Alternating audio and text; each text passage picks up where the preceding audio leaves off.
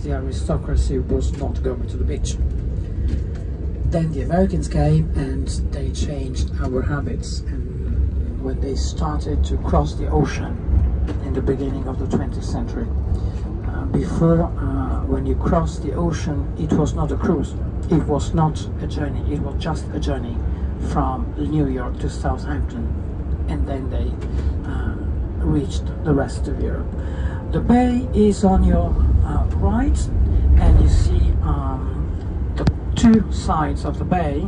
The fortress is on your right, and on the top of the mountain you can see another fortress. It's a fortress which is just at the entrance of Nice, and this defensive system was made to protect Nice.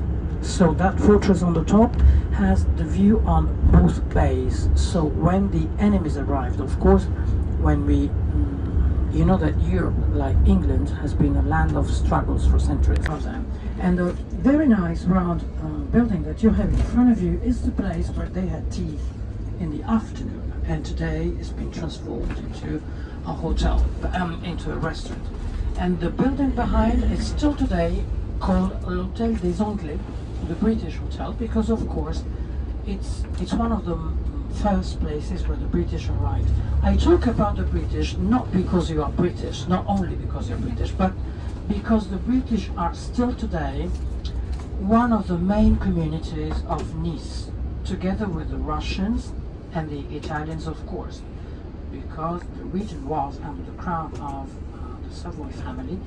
But the British and the Russians are the first communities who arrived here, and the British in particular, they arrived by the first half of the 18th century, so it's a very old history.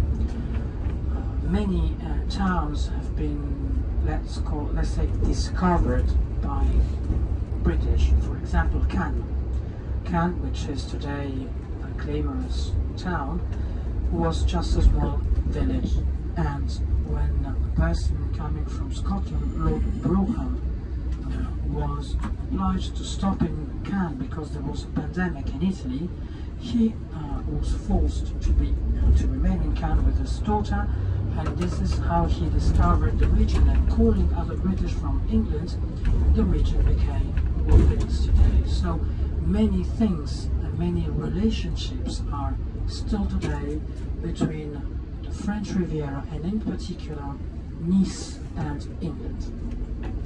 So I am not just telling that because you are from England, but because it's our history. Also, I don't know if you know, but the coastal road of Nice is called La Promenade des Anglais, the British promenade, because the first path has been made by the British community in the beginning of the 19th century. So we have many things related to England for many reasons, to escape from the cold, to escape from what they call smoky London, but smoky London was not due to the fog, it was the smoke produced by the first machines during the Industrial Revolution in England. So they wanted to have some blue sky, and this is what they found when they arrived. Also for health reasons, because of course, you know, before the antibiotics, the only way to treat some illnesses was the sun. To dry the airways, they expose the bodies to the sun, and this region is particularly dry in winter. This is why they were sent from France and from England, from everywhere, to the places where they could be exposed to the sun and dry their airways to be treated. So many reasons make that many persons arrive from the rest of Europe, and the British are one of the main communities. Then we have the Russians, and of course we are not talking about today's Russians, we talk about the Tsars. And so they started, you know, history is repeating many times. You know, Russia invaded Crimea in the 19th century, and Europe responded closing the ports of Europe. The only kingdom who allowed the Russian fleet to arrive was the kingdom for the Savoy family. This is why the Russians arrived here since the beginning, and we talk about the first persons arriving here was Tsar Alexander I. and then so on. And if you go to Nice, you will find many buildings made for them, and in particular a cathedral made by the mother of the last Tsar Nicholas II. She was the wife of Alexander III. So everything is relied to the European aristocracy, in particular England and Russia. And it will be more or less the same in Monaco, but Monaco will be open to every nation, not just England and Russia. But for us, Nice is a sort of tradition, and still today many British, you know that we have like 21 flights between England and Nice every day.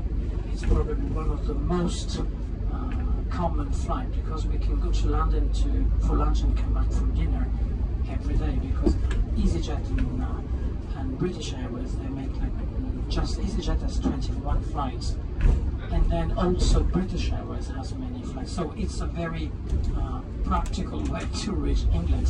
And if you look on the coast, you will see the mountains. They will become higher and higher, and also very wild, I mean, because they will be just vertical on the sea. And this is what made this region difficult for centuries.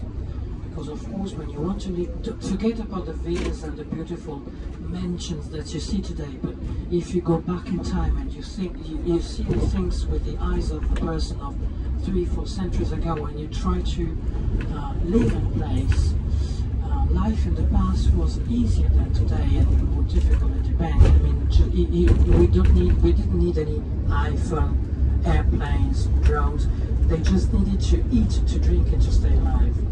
And in a region like that, if you want to live by the sea, you are exposed to the danger of the enemies. But if you want to go on the mountains, you cannot live of anything, because you cannot eat, because it's just rocky mountains. This is what made this region very difficult. And the more we go to Monaco, the more it will become difficult, because it will be just a cliff on the water. And the tracks that you have on the right, and then a few minutes after, we will be approaching Monaco, Monte Carlo. Monaco is a principality. So you are from England. I don't have to explain you what's a prince, because sometimes when we talk to Americans and the word prince is something complicated, but you know that the boss in Monaco is His Highness Prince Albert II. And Albert II is the son of a famous person we all know, Grace Kelly. Grace Kelly was the main actress of Alfred Hitchcock, and during the film festival in Cannes in 1955, she met the Prince, René III. Onassis introduced Grace to the Prince, and the Prince, of course, was falling in love in a second. And he said to the journalist immediately, even before meeting Grace, I will marry this woman. And we all remember she was 21 years old, so she was beautiful, perfect, elegant, rich. What do you want more? And of course, she started to cross the ocean to go back and forth from the States. And you know that it's been a scandal. It's been a scandal in the States, because a rich, famous actress is not meant to leave Hollywood to go where? To Monaco. Overseas, which is just a small village with nothing particular, and to become a princess. I mean, in the States it doesn't mean anything to be a princess. So it's been a scandal, and the newspapers wrote, Grace is going nowhere. Because of course, if we go back to the 50s and we compare Monaco to, they got married in April 1956, so less than 1 year after, because they met in May 1955, and then she became the Princess of Monaco, and we all know that she was amazing, and still today she is without any doubt the most famous person.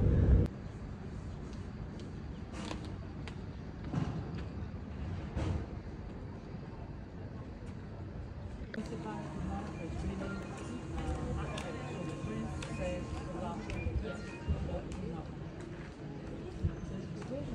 oui, oui. There you go. See, 2 ways.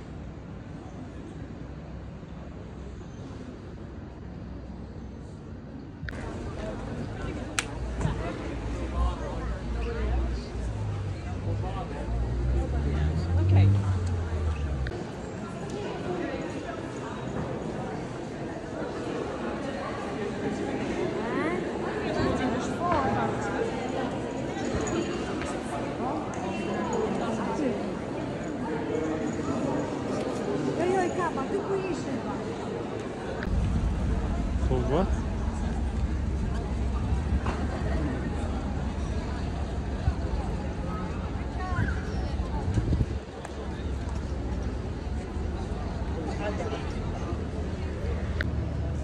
Should be happy in Monte Carlo.